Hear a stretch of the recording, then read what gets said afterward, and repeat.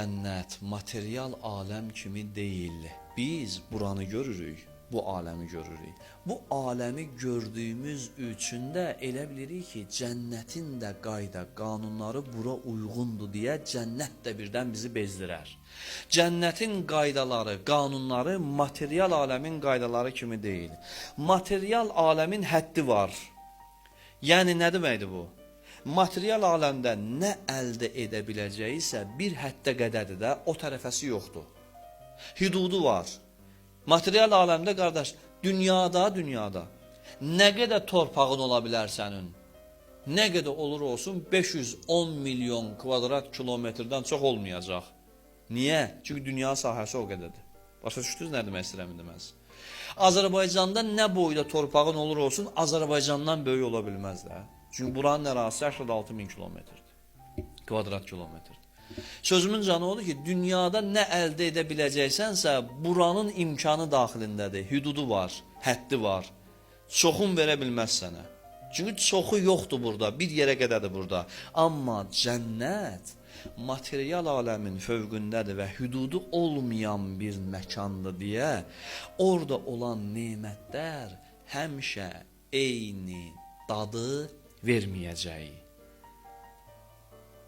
Hər dəfə istifadə elədikdə daha çox ləzzət duyacağıq. Məsələn, alma yeyirik burada. Hər dəfə yeyəndə eyni dad hiss edirsiniz, düz? Amma cənnətin almasının fərqi bilirsiniz nə olacaq? Hər dəfə yeyəndə fərqli dad olacaq və daha ləzzətli olacaq. Ona görə bezdirməyəcək. İnsanı bezdirən həmişə eyni dadı verməsidir ləzzətin. Cənnətin ləzzəti eyni dadı verməyəcək deyə insan bezməyəcək cənnətdən. Cənnətin insana ləzzət bəxş eləmək qabiliyyəti sonsuz olacaq. Dünya kimi olmayacaq bir yerə qədər. Dünyada bir həddə qədərdir. Cənnətdə isə hədd yoxdur. Sonsuz verəcək nemətləri və ləzzətləri bizə. Və cənnət nemətləri də mütəmadi olaraq dəyişiləcək. Hər gün dəyişiləcək. Hər saniyə dəyişiləcək. Çünki cənnətin dəyişilmək, yenilənmək xüsusiyyəti insanın fitri istəyinə görədir. Cənnət insanın fitrən istəyinin cavabıdır deyə biz də fitrən nə istəyirik? Dəyişiklik. Cənnət də dəyişiklik yurdudur. Cənnətdə daimi dəyişiklik olacaq. Cənnət dinamika olan yerdir. Cənnətdə gözəlliklər bir-birini əvəz eləyəcək. Məsələn, bir dənə bir misal çəkək. Biz tutaq ki, Allah qismət etsin, düşək cənnətə. Baxacağıq cənnətə birinci gün. Birinci gün cənnətə baxanda bu sözü deyəcəyik. Bundan gözəli ola bilməz. Mümkün, inanmırıq. İnanmayacağıq ki, bundan daha gözəli ola bilər.